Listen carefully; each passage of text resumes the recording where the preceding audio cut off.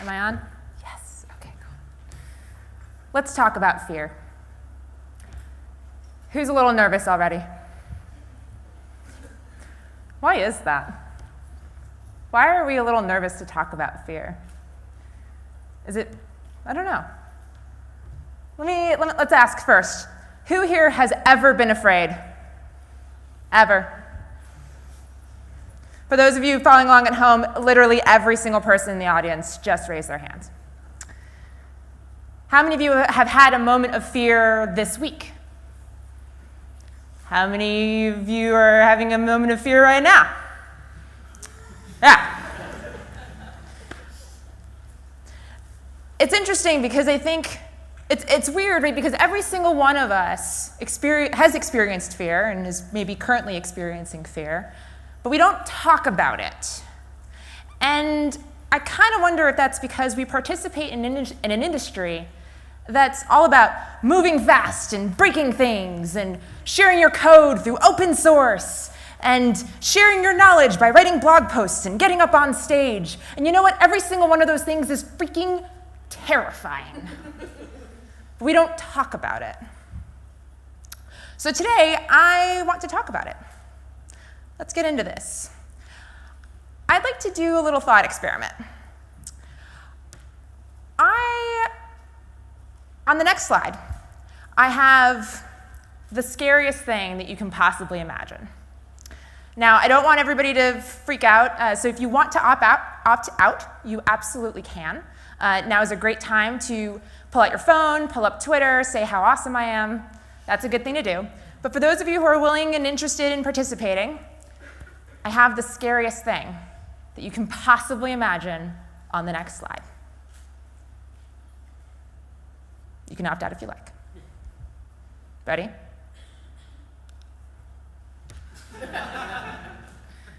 How many of you were actually a little bit scared? FYI, I really don't like being scared, ever.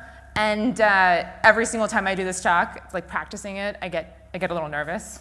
Like I just managed to give myself the heebie-jeebies. Because just in case, who knows, maybe there's some weird anomaly in the universe and it changed my slide. But for those of you who were maybe even not even that scared, if you feel comfortable, kind of mention to your neighbor what you thought was going to be on this slide. And I bet you they're not all the same things. Because we're all scared of something, but not scared of the same things.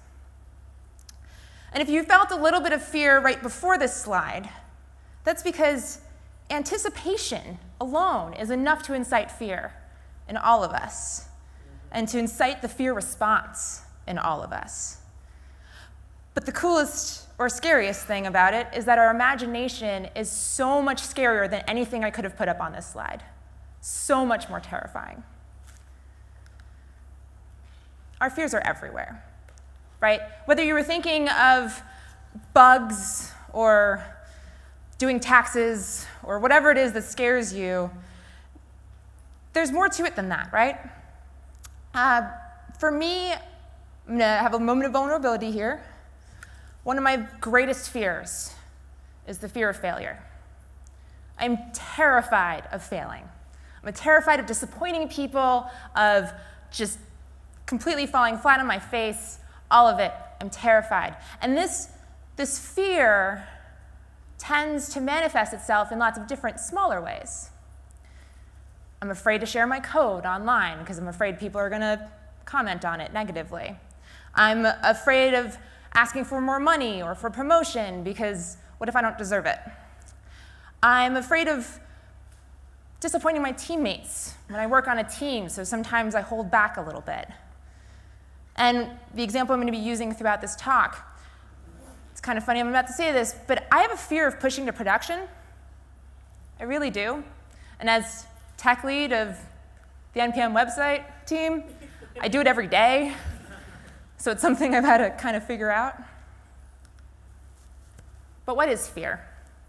Let's dig in a little bit deeper. Content warning, or no, not content warning, caveat. caveat.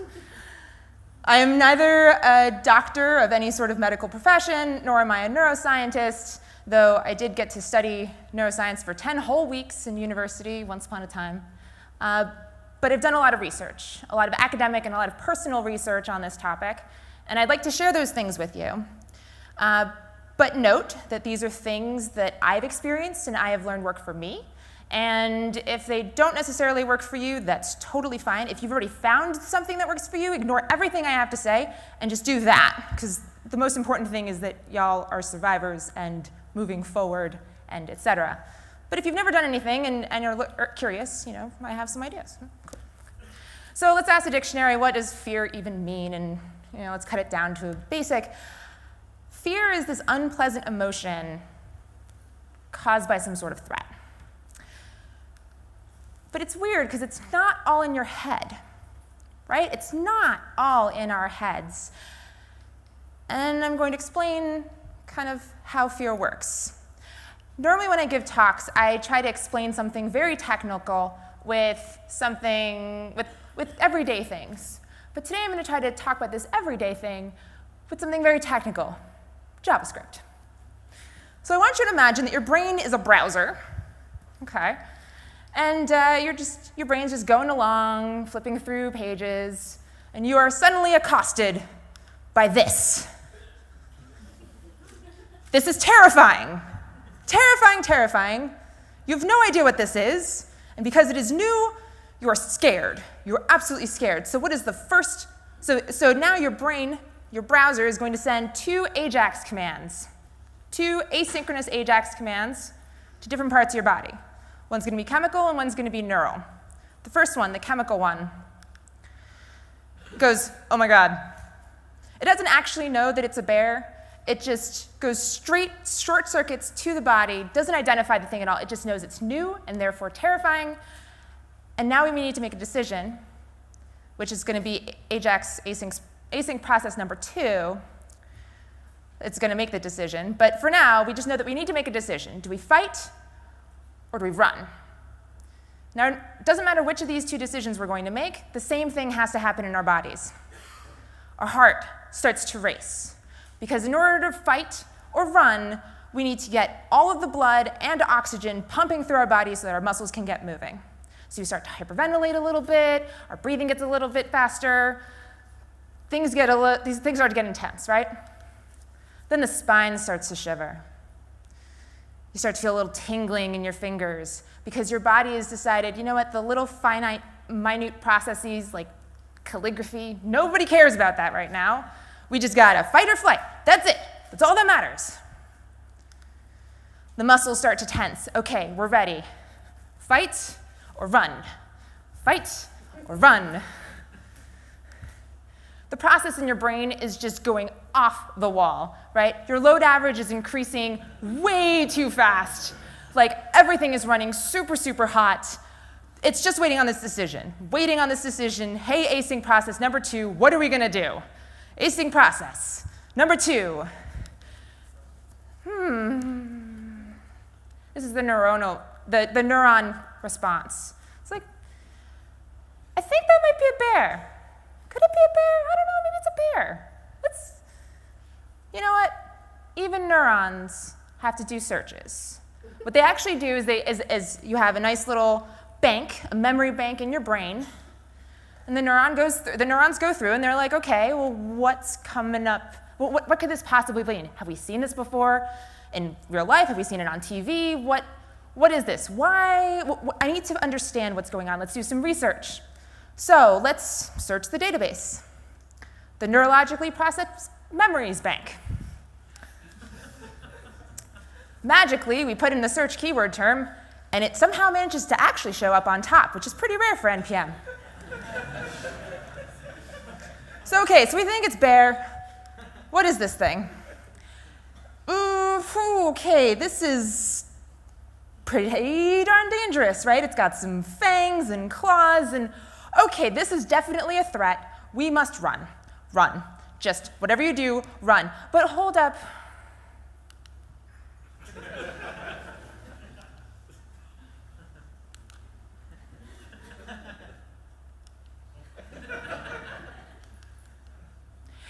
Yeah, no, that's not a bear.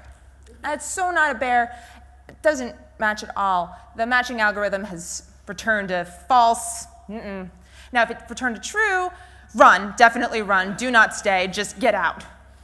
OK, so that didn't work. So let's go back to the drawing board. It seemed kind of bear-like. Doesn't really look like a cop. So let's try this wombat, maybe? OK, well, let's look into this one. It's not a threat, so that's good. OK. And it's pretty cute, and I should probably take a selfie with it. Oh,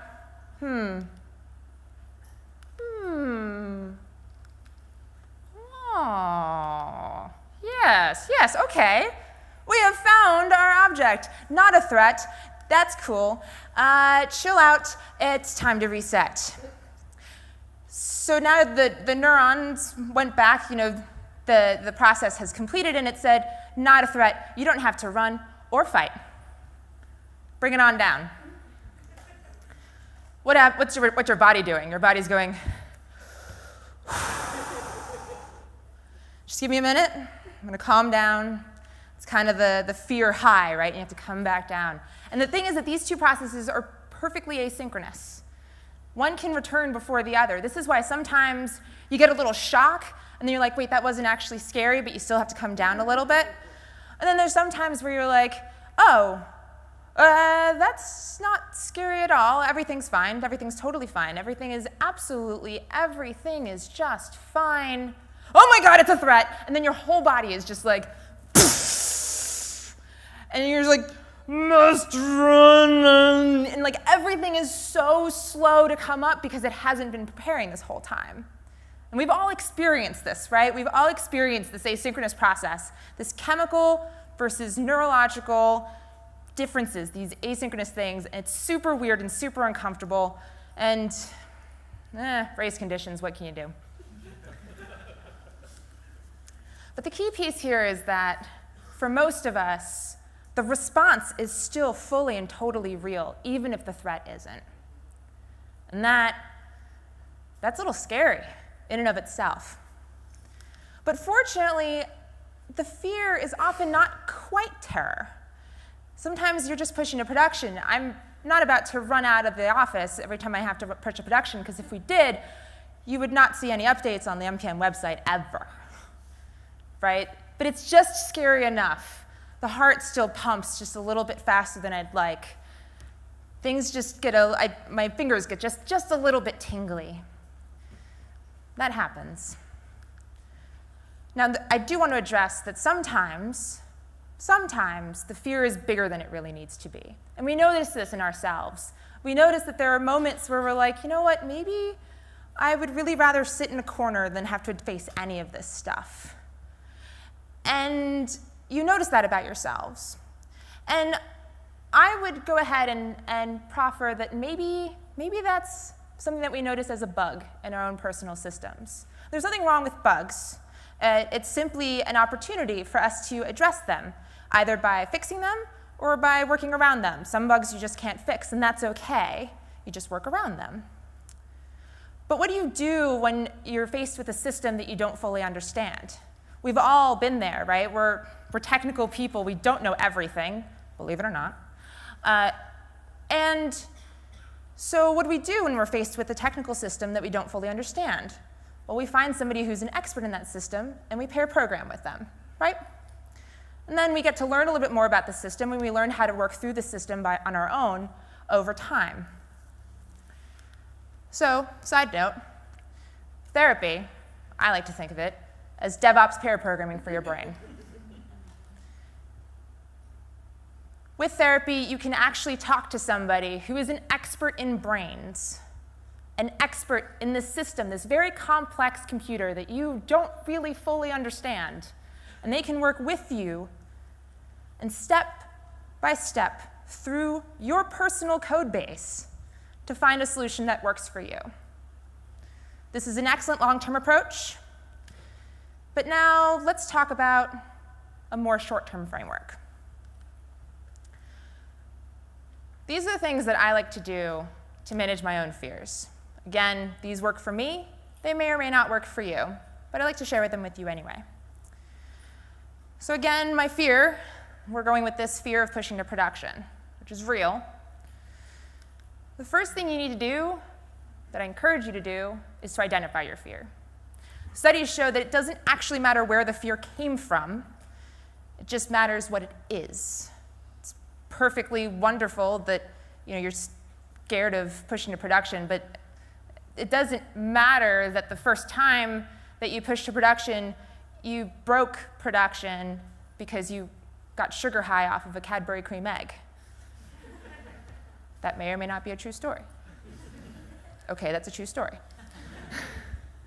I broke down production. Anyway, it doesn't matter. The point is, it doesn't matter. What matters is that I have a fear of pushing to production. I've identified it. The next thing we need to do is retrain the brain. It turns out that we can actually send an interrupt event with some training to our brains. It doesn't stop the fear process from happening. It doesn't work 100% of the time. But sometimes we can tell the chemical process to hold off just a second while the neuron process gets a little bit more time to make a decision about whether or not this is a threat. So there are 4 steps that I use. The first one is to breathe. It's funny because we spend our entire lives breathing, but if you have ever taken a meditation class or a yoga class, you very quickly learn that the breathing that we do every day is just kind of this sustainability de facto breathing, and there's actually another type of breathing that is an all-consuming, let me center myself type of breathing. It's not easy, it takes some time, but I find it really useful because it helps me kind of take a moment in what can easily be a chaotic mess. And a fun body hack that I like to do is when I suddenly find myself in a moment of just a little bit too much anxiety, anxiousness, fear, etc., I will take out my thumb and blow on the back of my thumbnail.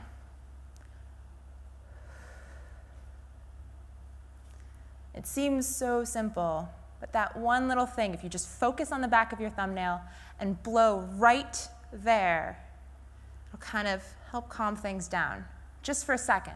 Sometimes that's all you need. The next thing to do is to clear your mind. Ask anybody who has done any meditation for any length of time, and they will tell you straight up, this is one of the hardest freaking things you can ever do in your entire life. Because if you're anything like me, the thoughts, they keep a-coming. They don't stop. It's just constant chaos. As soon as you get rid of one thought, another one comes in, and you're just like, well, this is just a spaghetti of mess. Oh my goodness. How am I ever going to find some clarity in here? There are ways to practice. There are apps like Headspace and Calm. Those are great apps to kind of just teach yourself meditation. But if you're impatient, like I am, here's a hack that I do. I will take a piece of paper, a Post-it note, a napkin, whatever, and I will write down every single thing that is worrying me at that particular moment. Every single thing. And I tell myself, okay, as soon as I write it down, out from my head it goes. Just write it all down. Every single thing. And eventually I get to the point where I have filled my Post-it note, paper, napkin, whatever, with all of the random thoughts that are in my head. And I can actually take a moment and step outside of my brain and just look at this list. And I can say, don't worry about that, don't worry about that, don't worry about that. I can focus on these 2 things. Because once you know what you can control and what you can't control, when you can separate those 2 things, then you can let all the things you can't control go, and you can just focus on the control things. Get rid of the chaos, bring in some clear thinking. The third thing is to assess the situation. This is the time when I give myself permission to ask the question, no, really, what could actually go wrong? But you have to give yourself a little bit of limitations, right? Because while it's perfectly plausible that you could walk out of this wonderful venue and a coconut could fall on your head and you'll be completely incapacitated for the rest of the week, I have checked all the doors. There are no coconut-bearing trees. It's going to be okay. So you need to limit yourself. Be realistic about these things.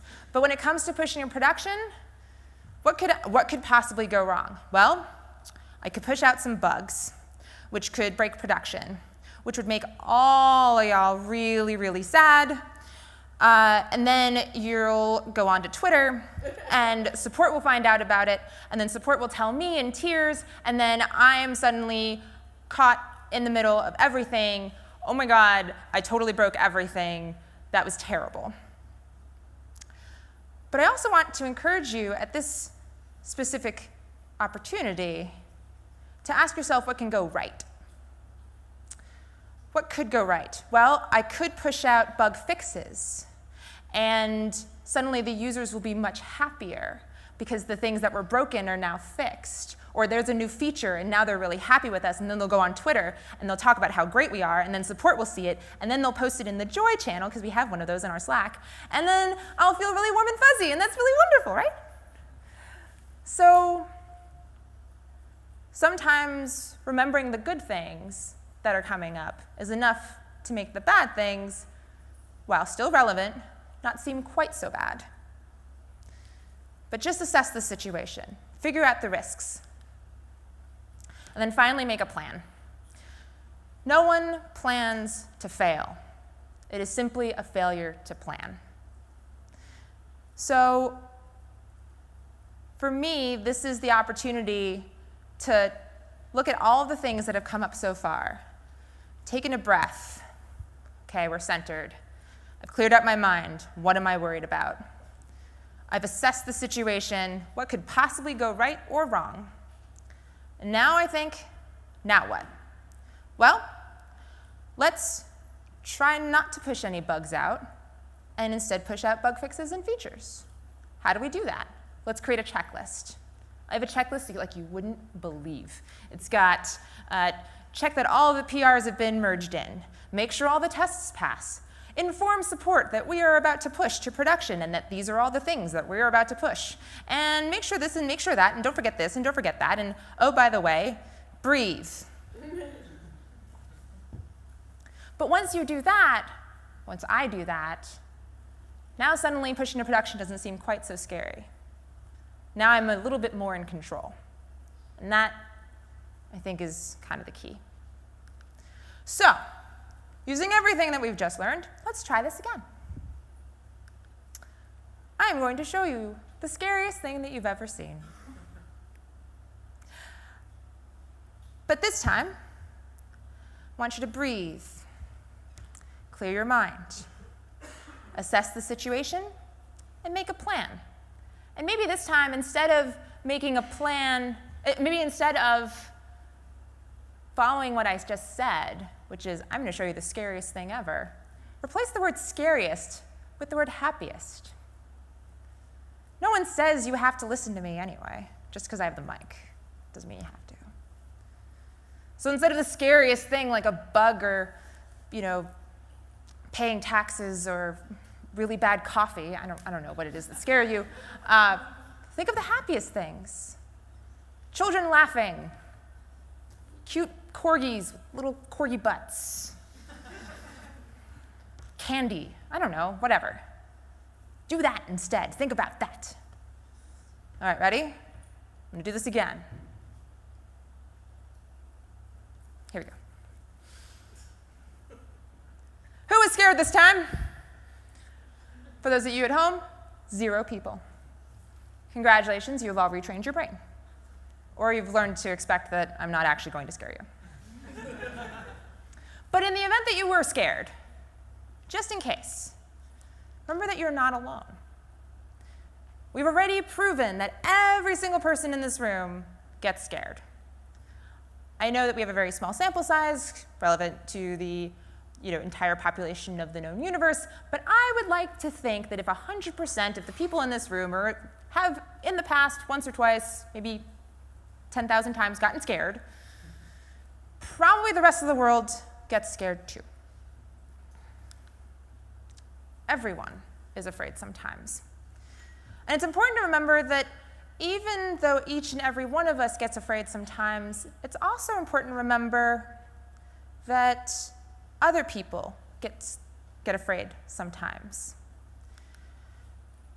Even though you might not be scared, other people can get scared. So maybe your coworker isn't actually being a jerk. Maybe they're just scared about something. Because remember, everyone is fighting a battle that you know nothing about. So be kind. Practice empathy. Those are good things. If I could leave you with one thought. If you remember nothing else from the rest of this, though, I'm pretty good with the little puns. I want you to ask yourself, what would you do if you weren't afraid? This is something my mom tells me every time I call her up and I'm like, oh my God, I'm about to take this new job and I'm so scared. I'm not the biggest fan of Lean In, but apparently came from there. Whatever. But I don't want you to let the fear of failure to stop you from feeling success. I want you to use the tools to step outside your comfort zone with confidence. I want you to try to figure out how to use your fear to your own benefit, if that's even possible. If I listened to my brain every time I was scared, I probably never would have learned Node or JavaScript in the first place. It was a bet. I probably never would have gone to my first conference. I didn't know a single person. It was across the country. It was all of my idols from the internet were there, and I was like, who am I? Just some little rock bot. And honestly, if I had listened to my brain, I wouldn't be standing here in front of you right now. Because I was in the bathroom earlier and was like, ah. But here I am. And if I can do it, then so can you, right? Every single one of you can do all the things that, okay, obviously there are some times where you need to be afraid and you need to listen to that fear and you need to just, run or fight or whatever it is you need to do. But sometimes you don't. And don't let fear stop you when you don't actually need to be stopped. So, y'all can do this. Just remember, just take it one day, one moment, one little breath on the back of your thumbnail at a time. Thank you.